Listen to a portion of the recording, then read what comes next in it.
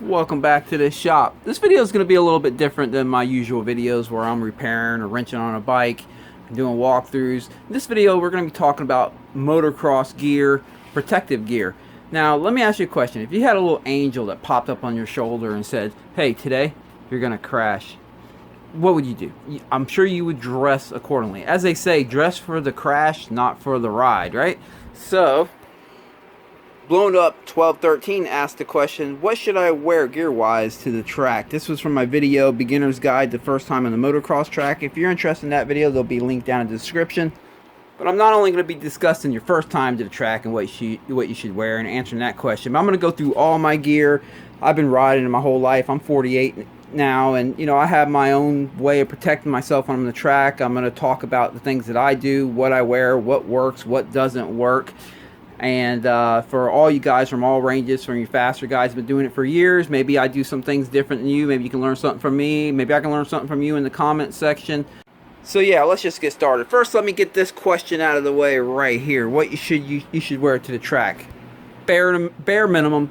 This is what most tracks require for you to even get on their track is motocross riding boots, goggles, and a helmet. You're gonna need that bare minimum. Add some gloves to it too, get a little better grip, and there's all kinds of extra protection that we're going to walk through. But that is the bare minimum. If you've never ridden at the track, or just anytime you get on your dirt bike, honestly, you should be wearing a helmet, goggles, and boots at the bare minimum. Ignore my dirty gear here. I'm not a gear snob. My wife is. Her gear is always clean every time. I wear good gear, but I kind of don't stay up on keeping it the cleanest all the time. I might look halfway decent going around the track, but that's because you can't really, if you get up close, you'll see my chest protector is covered with dirt. My visor is probably dirty, but I do clean my gear. I just wait till it gets pretty dirty like it is right here. We hit some rain this weekend at the track, and it was a little bit muddy, and so yeah, I'm due to clean my gear. I'm going to do that after I make this video, but let's keep moving. Okay, for the first time buyer, you just got into dirt biking and you have a lot of gear to buy, right? You just got into it, or you're now starting to buy some gear. It's a lot to buy. Quality gear, the high-end stuff, right off the bat, you're talking about maybe $1,000, $2,000 to get a decent helmet, decent goggles, decent boots, riding pants, jersey, chest protector, knee pads, all that kind of stuff. If you get the high quality expensive stuff, it's pretty expensive.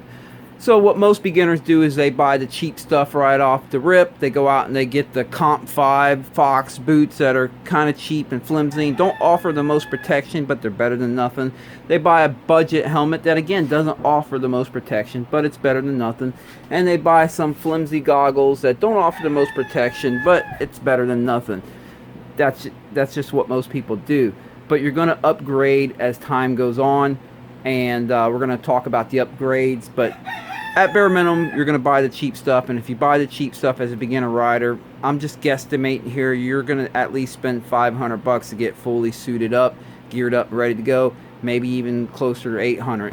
With the better, more name brand stuff or high-end stuff, you're looking at getting close to $1,500, $2,000. Now this is just off the top of my head. I haven't did the math. I'm just a quick guess, but yeah, that's pretty much the range. For the helmets, there's a lot to choose from these days, and they have at different types of protection level. I'm going to go back in history a little bit here. Some years ago, we used to all look for Snell, and I'm not going to dig too deep into it. It'd take pretty far, but let me start by first discussing the DOT here. That's Department of Transportation. All that means is it's street legal. The Department of Transportation said it's good enough. It's a helmet. It has a chin strap and a hard shell, and yeah, that's good. You've seen the Harley guys with the little brain bucket helmets on. Well, that's a DOT helmet, so go figure. So that doesn't mean much. The Snell, that's a company that they pay to send their helmets out to get tested and become Snell approved. Now, Snell is a very high level of but their testing is very rigorous, right?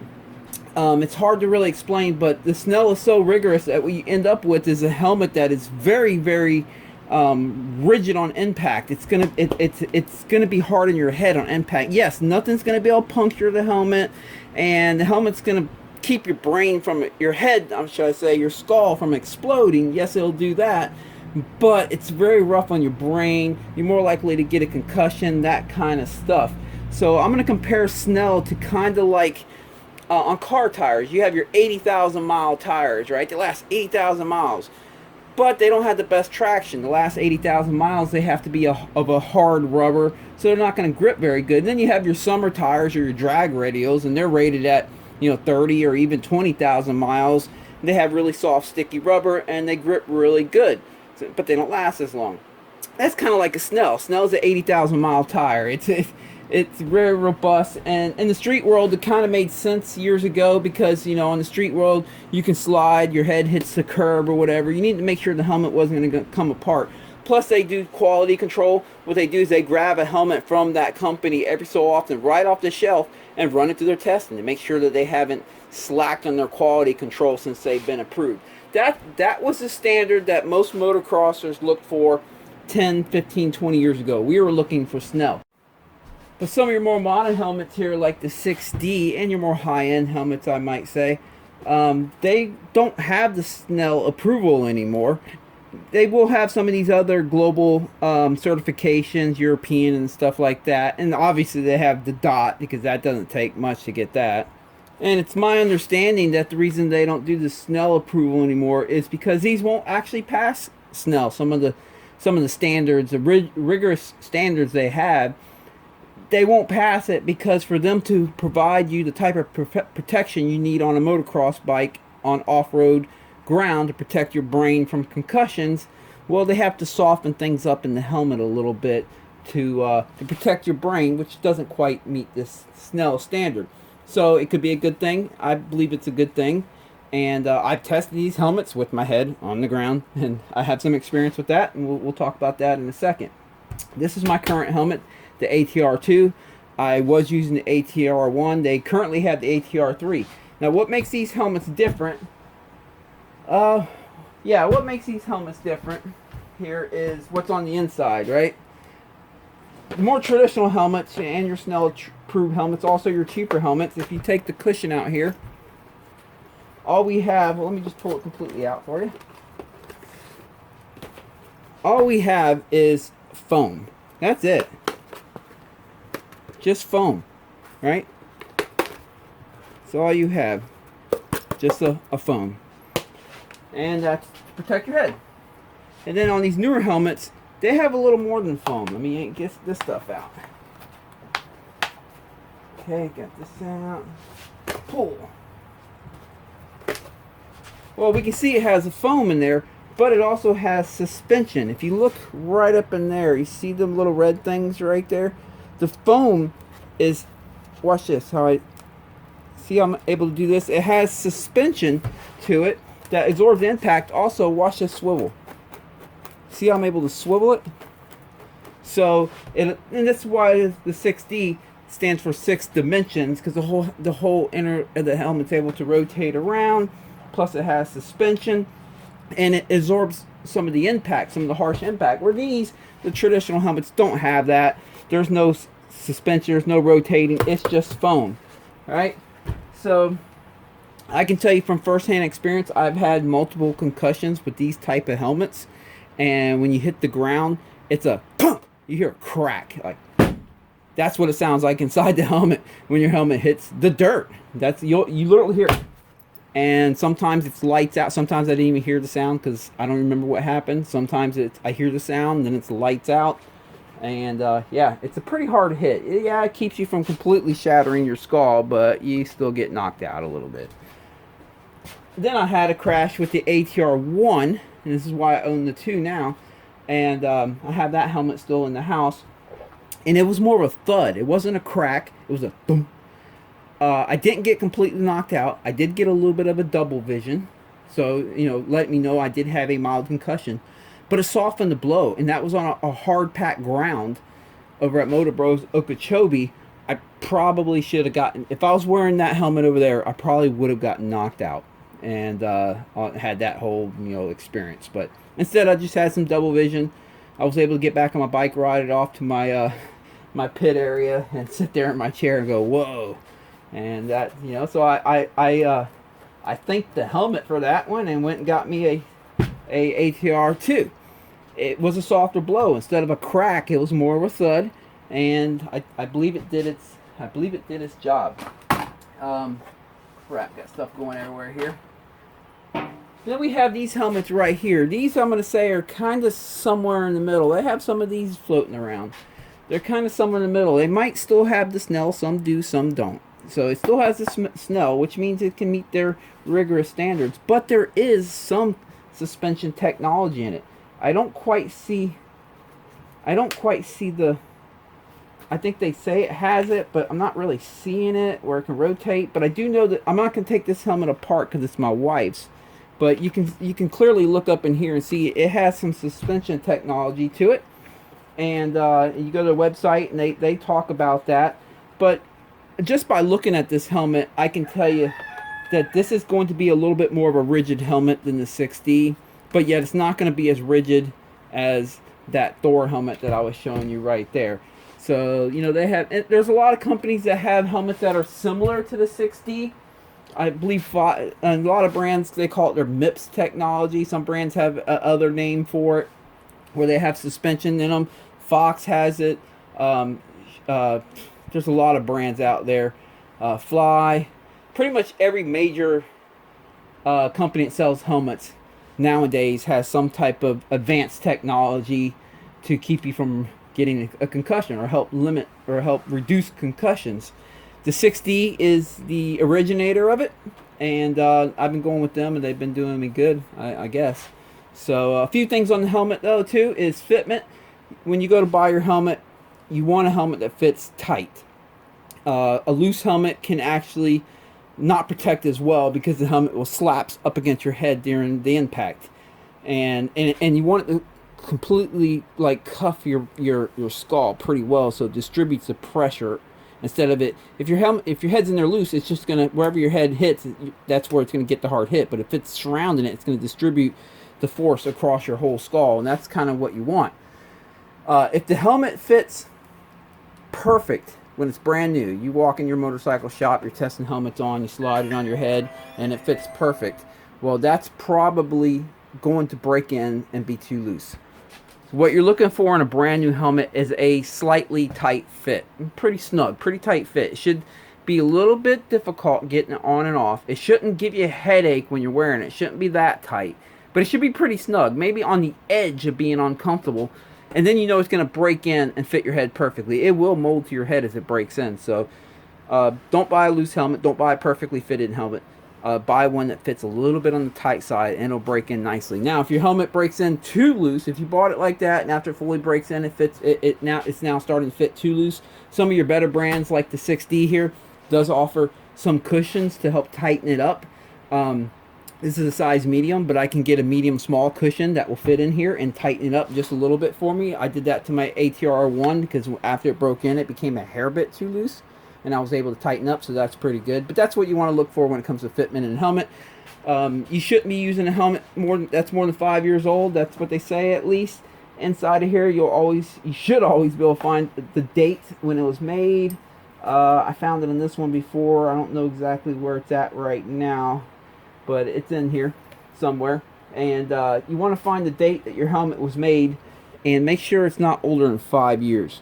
Oh yeah, here it is, 2022. And the month 12 right there. So this was made in December of 2022.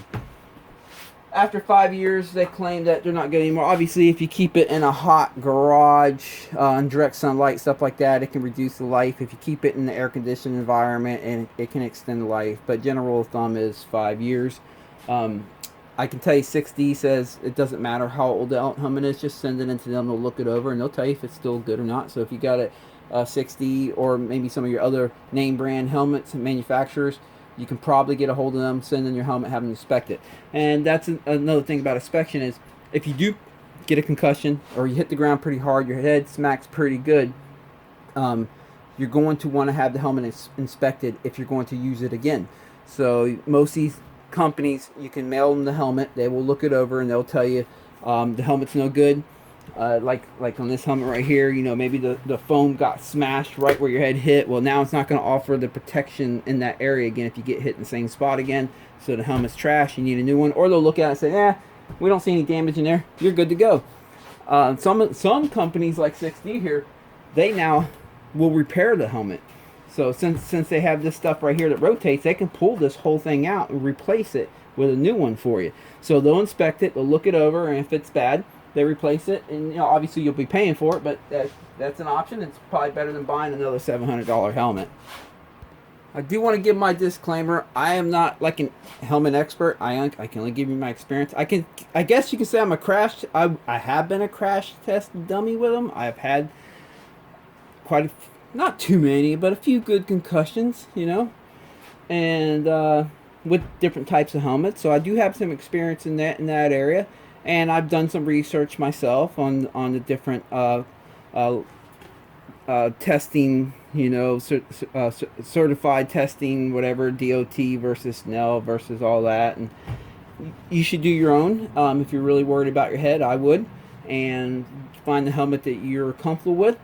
I do like to get a helmet with a decent amount of high vis colors, some bright colors. I don't like to buy all black helmets, camouflage helmets, anything like that that can cause me to kind of blend in with the environment, because I want to be seen. And so I do try to choose a more high vis color helmet. That's my choice. Okay, let's move on to something else. Throw some of my old dirty boots up here. I'm gonna buy some new boots, by the way. These things are starting to come apart. They're getting a little bit older, and I cased a pretty nasty double at Tampa MX, and it was a hard hit. Look at this. It's just starting to come apart. But anyway, I'll be shopping for some new boots. But let's talk about the boots for a second here. Motocross boots. Obviously, the beginner rider probably can start with something more flimsy, like the Comp 5s or your Tech 3 Alpine Stars, and they won't have the hinge system. Your better boots will have a hinge system on them, and boy, these things are looking pretty rough. They'll have some type of hinge system on them with extra support for your ankles and stuff like that, and that's all good to get that. Obviously, you're going to pay more for the better boots, and that's just the way that goes. I'm going to say, when you're shopping for boots, you want to get just like a helmet, you want a good snug fit. Shouldn't be so tight that it hurts your feet. But the more snug that you can, the tighter of a fit without hurting your feet, you're going to get better ankle protection, foot protection, leg protection with a better fitting boot.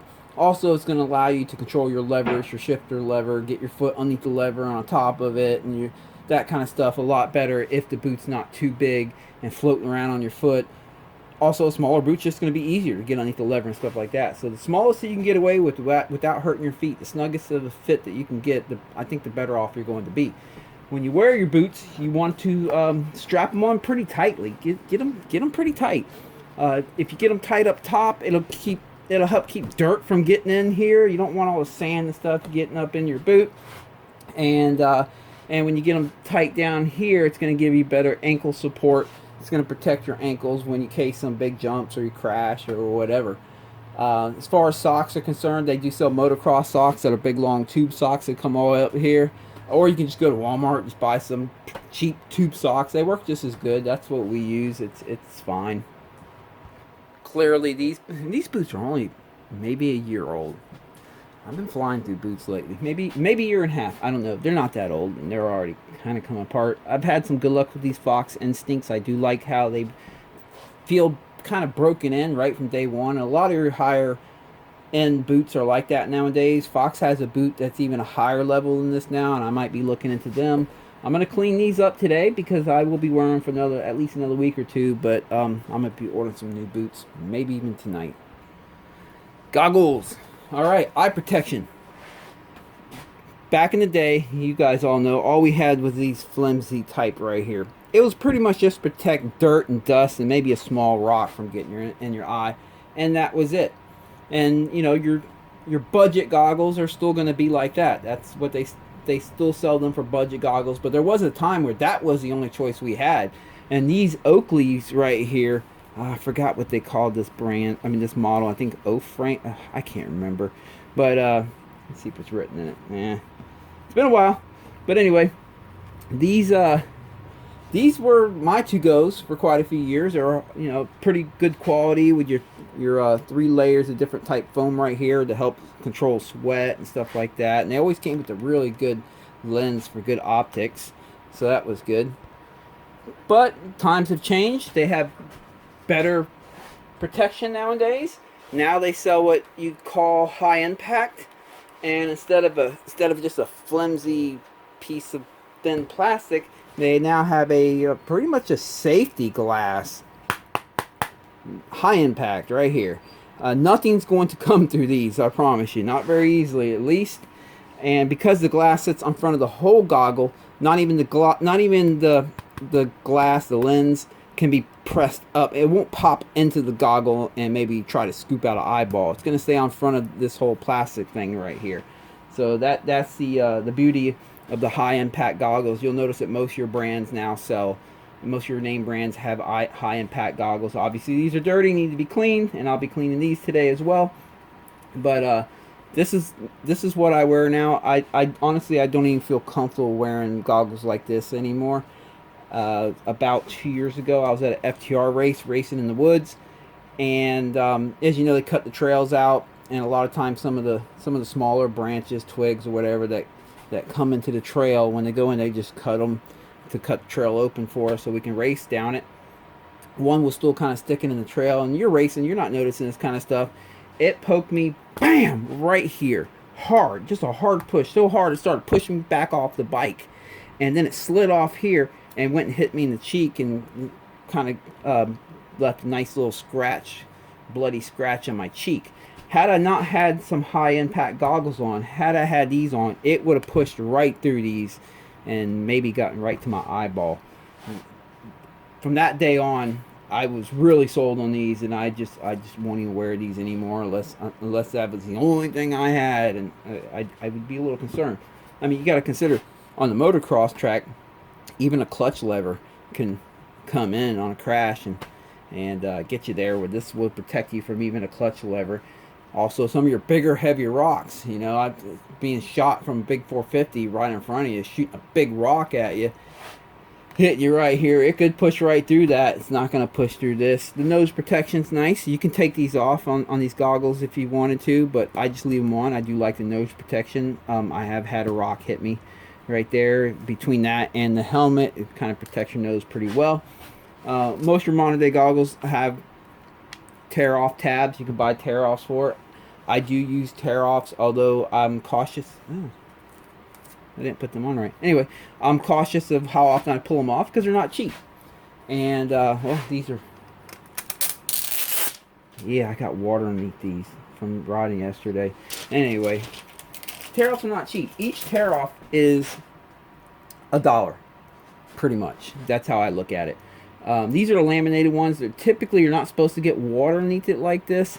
If you look closely, they have a adhesive, a sticky outer edge, and it's supposed to seal them off and keep water from getting in, but I might not have done a good job putting these on, and water got in yesterday, so I'm gonna have to rip these off and start over. But the idea of the laminated tear offs is that they seal up against the goggle lens, and they keep water from getting in between the tear offs and distorting your vision, as well as they keep sand from getting in there and scratching up your lens. Now, the reason I run tear offs even on a practice day is not so I can, you know, rip the tear offs off in the air, you know, like you see the pros doing on TV and stuff. That's not why. I use it because these goggles aren't cheap. If you're going to buy a good set of goggles that are high impact, you're going to pay a decent amount for them, around the $100, give or take. You can find them on sale sometimes as cheap as $59, but they can be as expensive as $159. They're not cheap, and replacement lenses are not cheap. I've seen replacement lenses go as cheap as like $29 or $39, and it's as expensive as $79 for a replacement lens. So you want to protect the lens and keep them from getting scratched up and damaged up, because I find with these modern day goggles, the goggle itself lasts quite a while. You just clean this and stuff and you wash it, you know, and it's the lens. The lens will eventually age and you'll have to buy a new lens. But the goggle itself kind of lasts about, for me, about 2 or 3 lenses. So I want to extend the life of the lens as long as I can. I find running tear-offs does that. So at least run the single tear-offs. You can buy the singles where you can stack on as many as you want. They're not laminated together. Or you can buy the laminated ones like this, and it'll come 7 stuck together, and then when you put them on the goggle, they stick to the goggle lens. It'll protect your lens. And what I do when I'm at the track, if I get some dirt on them, instead of ripping it off every time I get dirt, it's a practice day, I just clean them. When I come back in, I just clean them as if it was just a regular goggle with no tear-offs. I just take the time to clean them. Once I get to the point that I can't clean them anymore, or the tear-off is starting to get scratched up, then I'll rip off that $1 tear-off, and I'll have a nice fresh lens again. Now, if I'm on the track and I get blasted, well, you know, I consider that kind of an emergency situation at that point, and I'll rip off a tear-off on the track. I try not to rip off tear-offs for no reason, because it is technically littering. You're leaving plastic out. That plastic's going to blow off that track, down the road, into the cow pasture or whatever. You know, you're littering. So I try to save it for when I really have to, for when I consider it kind of a safety issue to get my vision back. Then I'll rip a tear-off. But mainly I use tear-offs on practice days for to protect my expensive lenses. On race day, for obvious reasons, because you got to keep your vision clear, just rip a tear-off. Practice days is just to protect the lens. And that's pretty much it for goggles. Gloves. I gotta wash all these gloves. I left my gear bag out in the rain yesterday while I was out riding. The gear bag was out in the rain. They all got wet. So what I look for in gloves is a tight fitting glove, and I don't want any pads, any extra padding on the palm. A lot of your cheaper gloves will have extra padding on the palm, and some people might think that might help with blistering or whatever, but I find it does not. But what it does do, the extra padding that comes on some of your cheaper gloves and some of your more trail rider focused gloves, what I find it does is it dampens the feel that I feel through the handlebars. I want to feel them subtle things come to the handlebar to help me keep control. So, and you'll notice, if you notice when you see the pros, and you'll see, you know, they wave or they hold one finger up, whatever, take a look at their gloves. You'll notice that they don't have extra padding. They have very thin, it's just, all it is one layer of leather, suede, fake suede, fake leather, whatever it is, just one layer. And that's it. And that's what I look for in a glove. So as you notice, all these only have that single layer. One of these sets is new. I can't figure out, I thought they were. Can't remember which ones they were, unless... What did I do with them? Found them. Holy cow. Alright, so these are my new gloves I just wore yesterday for the first time. And the reason I broke these out is because I want to show you, well, obviously there's no extra padding on the palm, just maybe some rubber writing or whatever, but you want a good tight fit. You don't want them sitting loose with your fingers all long and stupid. You want them to fit tight when they're brand new. They're going to stretch. Keep that in mind. So, good tight glove. You don't need your fingertips hanging off over the edge, getting caught up when you're trying to go for the levers, and you don't need them all loose in the palm. You want some good tight gloves. So, keep that in mind when you're sizing your gloves out. And, I mean, it's your choice if you want to go with the ones that have the extra padding on the palms or not. But I personally, and you'll notice that even most of the pros nowadays, they get the ones without the extra padding, and that's why most of your higher end gloves will not have extra padding on the palms. Alright, of course you have your riding pants and your riding jerseys, and that doesn't really offer much protection, so to say, but what it does do is it gives a certain feel when you're on the bike. It can help with traction, not getting caught up on stuff. So your jersey's just a long sleeve shirt. I mean, there's not a whole lot to explain there. Some have better wicking properties, some have holes in them, blah, blah, blah. You know, so yeah, not much to talk about there. As far as riding pants, you definitely want a set of pants that fit really nice and snug, so they're not sliding off your butt while you're riding. You want them to really hang in there good. The tighter you can fit them, probably the better. Maybe like almost Barsha level if you can find them that tight. But your cheaper riding pants will not have these little pads on the inside of the legs here. These pads go on the inside and they face the bike, where the bike's at in the middle here. Your cheaper or your more beginner level, entry level, play riding pants will not have that. In the old days, This used to be leather. Even back in like 2003 or whatever, you'd buy pants and it was real leather. And after a while, you'd show up to the track and it would be bunched up. You pull out your riding bag and it would be hard as a rock, and you'd have to wet it to make it pliable again before you put your pants on. But nowadays they make it out of the synthetic material. This is my pipe side right here, so you can see it's got a little bit of wear. But that's the idea, is it's supposed to not only protect you where you're rubbing the side of the bike, but it also handles some of the exhaust heat, keeps it from burning. This essentially polyester plastic. It keeps it from burning that. So that right there would be a burn hole if it wasn't for this right here. It handles more heat, and that's the idea. So no matter what type of pants you buy, I would at least suggest make sure it has these pads on the inside. And that's really all I got to say about pants, you know, for the most part. Obviously, you know, everyone's seen riding pants, blah blah blah. So that's, make sure they fit good, make sure they have some pads on the inside, and you'll be fine. Jersey, just pick whatever you like, whatever you think looks good.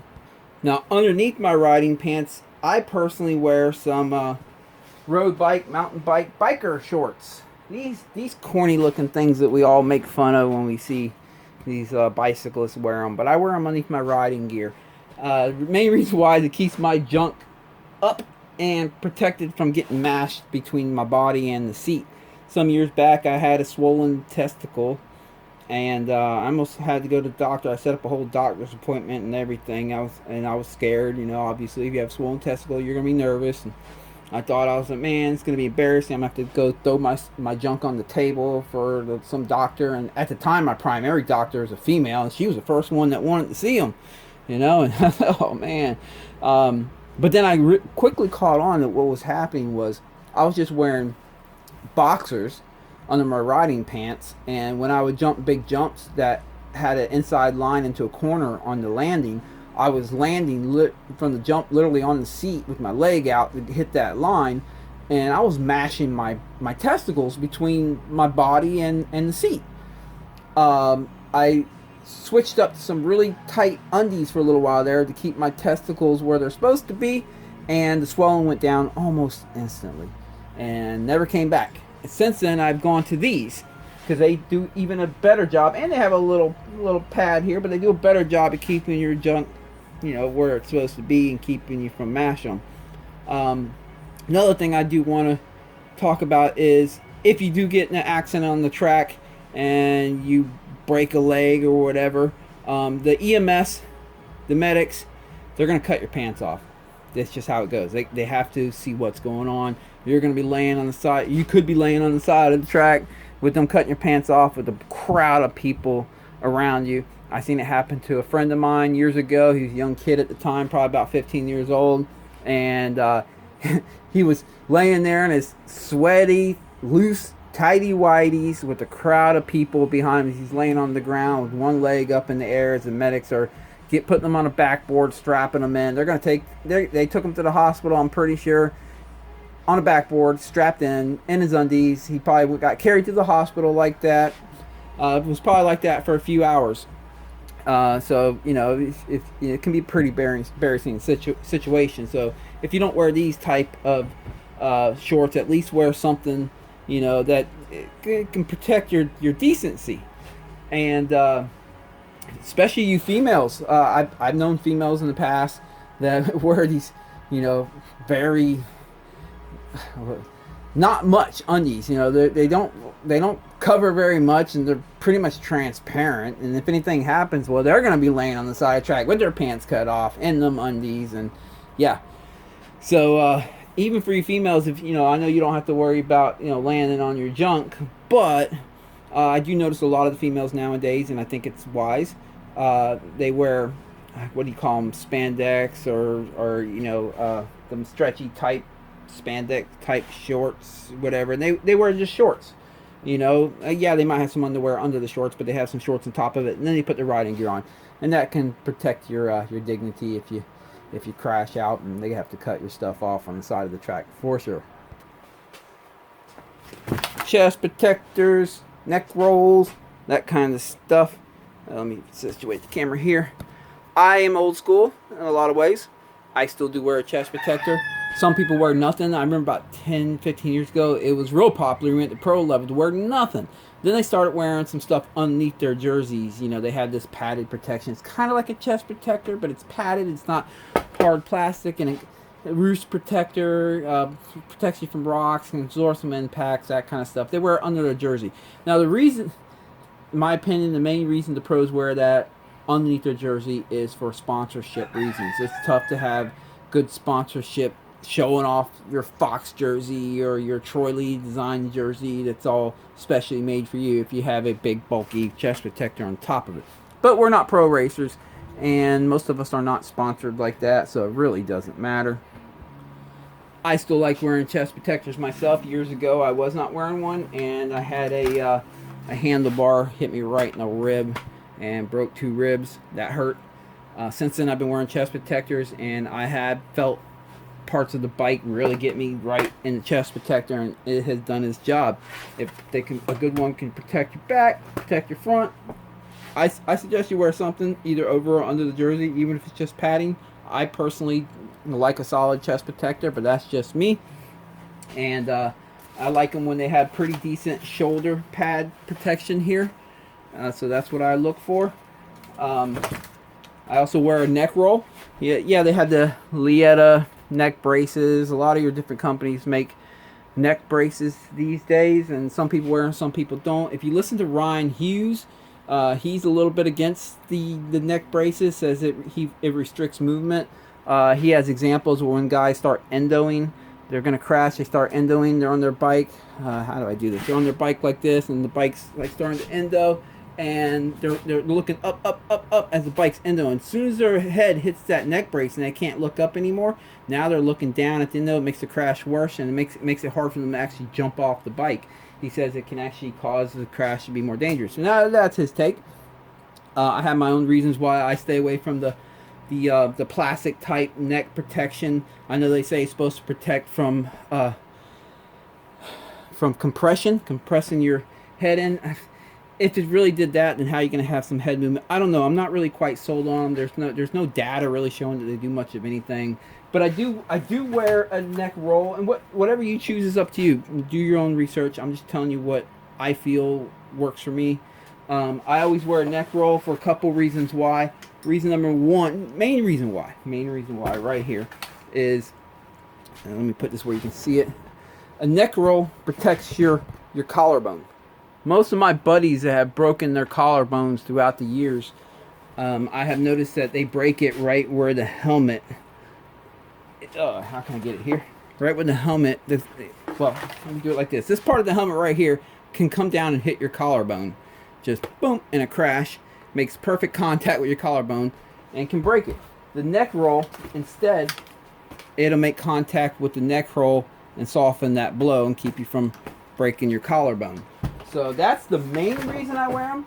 But I will say, in crashes, I have literally felt my helmet mash into this neck roll all the way around it. I have felt it. What I like about neck rolls is they're still nice and soft, so they still keep me flexible and movable. Even in a crash, it doesn't stiffen me up and send that force or impact somewhere else. It kind of makes it where it absorbs some impact, but at the same time, it still keeps me pliable so I can roll and do what I need to do to try to protect myself during the crash. I like neck rolls myself. This is the EVS, as you can see. And what I do is I just permanently strap them to my chest protector like this. So when I throw my chest protector on, it's on. I just clip this and I'm ready to go. That's my preferred method of protection, but everyone's different. You might like to have a under the chest protector type chest protector, roost guard. You might not want a neck roll. You might want a Lieta brace. The choice is yours. Obviously, when you're in a crash, it's just you. I'm not going to be with you. No one else is. Whoever gives you advice, they're not going to be with you. It's going to be you and the crash. So do your own research. Wear what you feel works for you. If you have experience with crashes like I do, maybe you already know what works for you or you feel works for you, and yeah, go with that. I suggest at least wearing a set of knee pads. At minimum, definitely wear knee pads. When you crash, your knees oftentimes, a lot of times, especially in corner crashes, might be the first thing that make contact with the ground. It's nice to have that extra knee protection. Plus, when you're riding your bike, your knees are pretty vulnerable out kind of up front on the bike. Big rocks and stuff like that can be kicked up at you.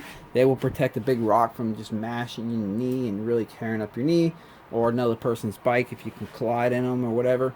The shin guards are good. I mean, they come with shin guards. That's how they go. But your boot kind of comes all the way up to here, but it's still there, and it's going to offer some protection. I suggest if you're not going to wear if you don't have to wear knee braces, at least wear knee pads. I am a knee pad wearer myself. Again, if you listen to Ryan Hughes, he doesn't really believe in knee braces. He believes that you can't grip the bike very well with knee braces. You can't feel the bike very well, so it kind of gives you less control over the bike, which can lead to more crashes. I am a feeler. I do feel the bike. I do like to finesse with the bike and mold with it, and I like being able to feel the bike, and I'm a knee pad wearer. Again, I'm old school too, so in the old days, no one wore knee braces unless you had to. That if you wore knee braces, it's because you had a knee injury in the past and your knee has been compromised. It's not as strong as it used to be. It is susceptible to injuries again pretty easily, so people would wear knee braces. Matter of fact, back then, a lot of people would only wear one knee brace. Whichever knee was the bad knee, that would be the only knee that they wore a knee brace. Nowadays, I'm seeing kids, 14 years old, perfect knees, wearing knee braces. They feel, or their parents feel, it's going to protect their knees. The force has to go somewhere. If it strengthens up your knee area with all this robotic knee bracing stuff, that energy is still going to go somewhere. It's going to go to your femur or your ankle or somewhere. It's just, if you're gonna get injured, you're kind of just gonna get injured. It's just kind of how it is. So I'm still old school. I think if you have weak knees, or you have a weak knee or a previous injury, then a knee brace could be a good thing, or knee braces can be a good thing. But if you have good knees, I personally am going to suggest just knee pads. But again, that's up to you, what you feel most comfortable with. Me personally, I'm a knee pad wearer. My knees are nice and healthy still, and it's done me well. All right, old school kidney belts. Who wears a kidney belt anymore? I mean, heck, they hardly even sell them. They do, but they're getting rare. This is my to-go kidney belt right here. It's gonna get a washing today. All right, so kidney belts. In the old days, the bikes, they didn't have the best suspension, especially in the 70s, late 70s, even early 80s. They did not have the best suspension. I wasn't riding in the late 70s, early 80s, but I started kind of in the early mid 80s, let's say mid 80s. But I was told by the old timers back then that with the older bikes, if you didn't wear a kidney belt and you did long, hard motos, you might pee blood after the race or the ride, because of just the jarring of your kidneys with all the bumps and being mashed around and everything. What kidney belts do is you wear them on your hip area, on your lower hip area. They might slide up a little bit, but you start on your lower hip area, just kind of like your belt line's here. You want them right here on your belt line. And what that does is it tightens up that area and it kind of mashes all your guts up into your chest cavity area and holds them all together up in there, so that when you're riding, your kidneys, your liver and stuff is not like bouncing around and beating up on each other. They're all held up tight up in there. And that's what a kidney belt is supposed to do.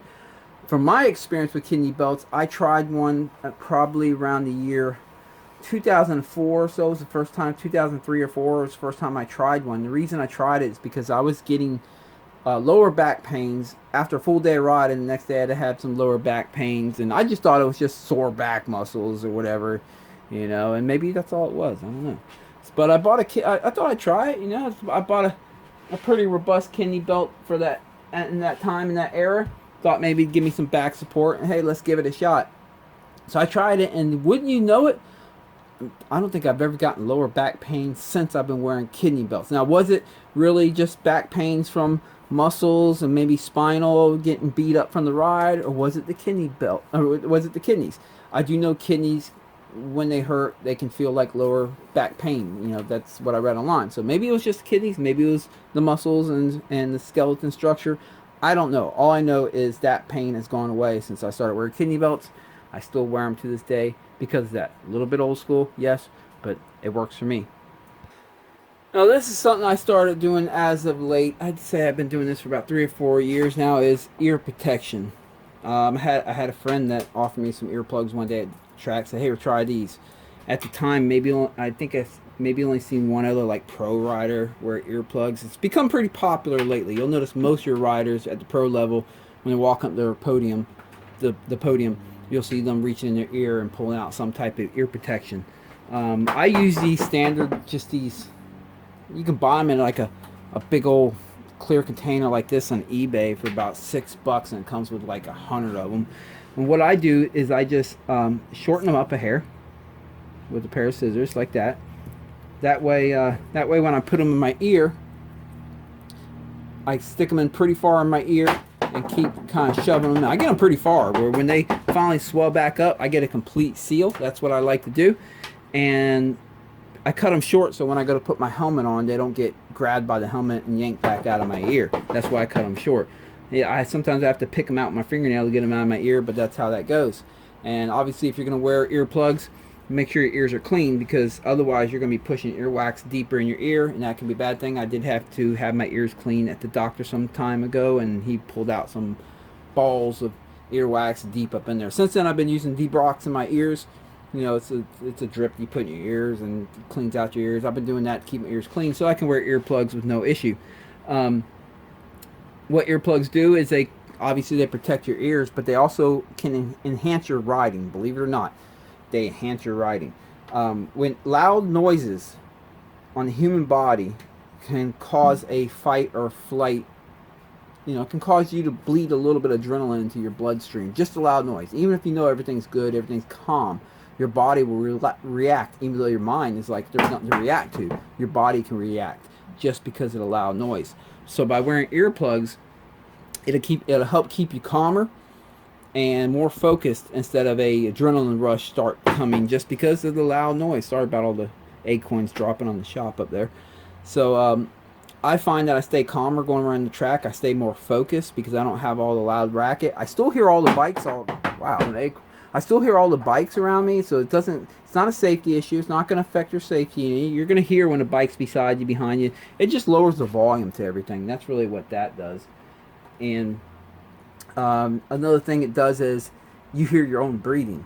That's actually pretty nice. You'll hear your own breathing, and that will it gives you the opportunity to make sure you pay attention to your breathing, that you are breathing. You will notice when you're not breathing when you wear earplugs. You'll go, oh, I haven't been breathing, because you'll hear your breaths. So I like wearing earplugs. If you're a track rider and you're looking to up your game, become a little bit faster and a little bit more focused, try out some earplugs. They might work for you. They work for me. And lastly, it's good to have a nice gear bag to keep all your gear in. In the past, I've even used big Tupperware bins or whatever. I forgot what you call them things, but storage bins, yeah. And that worked pretty good. But now I'm back to the gear bag thing. I have been buying these. It's like Echo brand for quite a few years because they have wheels on it. You get them for a good price at Ross, but anymore they're hard to find. I almost forgot. Hip pads. Some of your riding pants come with hip pads. I used to wear hip pads quite a bit, but I don't seem to wear them much anymore these days. I don't know why. I just don't. But yeah, getting a good gear bag helps store all your gear when you go to the track and back. That's always nice to have if you don't have one of them. So now it's time for me to get my gear all cleaned up. That stuff is filthy. But yeah, this weekend I'm going to be riding Tampa MX on Sunday. I think that's going to be the last day that track is open to the public, which is a real bummer. The track's closing. Tampa MX is closing, guys. Yeah, that's a real bummer. So I hope he opens up another track somewhere else. Only time will tell. But I'm going to catch their last day riding. I don't know if I'm going to take out the YZ250 yet or the YZ125. I'm kind of unsure of that. I do have I got something to ask. If any of you guys out there have a set of triple clamps for a YZ250 and either a 23.5 or a 22 millimeter offset just laying around, I would love to try them out. I will pay for shipping to have them shipped here, and I'll ship them back to you. I'll do a full video review on them and everything like that. I'm interested in some triple clamps, but as you know, to get offsetted triple clamps, a decent set, they're not cheap. When it's all said and done, you're going to be looking at $800,000, $900,000 for the whole setup with the bars, the bar mounts and everything, I don't want to put the money into that unless I know I actually like it. So by doing a video review on a set, that would give me an opportunity as well as fill you guys in on what I think. So if you have a set and you want to help out the channel, if you mail them to me, I'll pay for shipping both ways. I'll send them back to you, and that would be cool. But I hope all you guys have a great weekend of riding. This is Sunday. I rode yesterday, Moto Bros Okeechobee. It was a really good day of riding until it started raining, but I got about an hour and 6 minutes on the clock before that happened, so it was worth it. Hope all you guys had a great weekend of riding. Hope you have one next weekend. Hope you enjoy your evening. I appreciate all you guys watching these videos, commenting, every single one of you. Thank you. Catch you in the next video.